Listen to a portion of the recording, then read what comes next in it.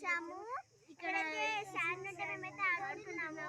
ఇక్కడైతే నాకు శంఖాలు దొరికాయి. ఇవి చూడండి ఎంత అందంగా ఉన్నాయో. మీరు కూడా ఇలా చిన్నప్పుడు ఆడుకుంటే కామెంట్ సెక్షన్ లో పిన్ చేయండి. సమ్మర్ ని బాగా ఎంజాయ్ చేస్తున్నాం. Like, share and subscribe my channel.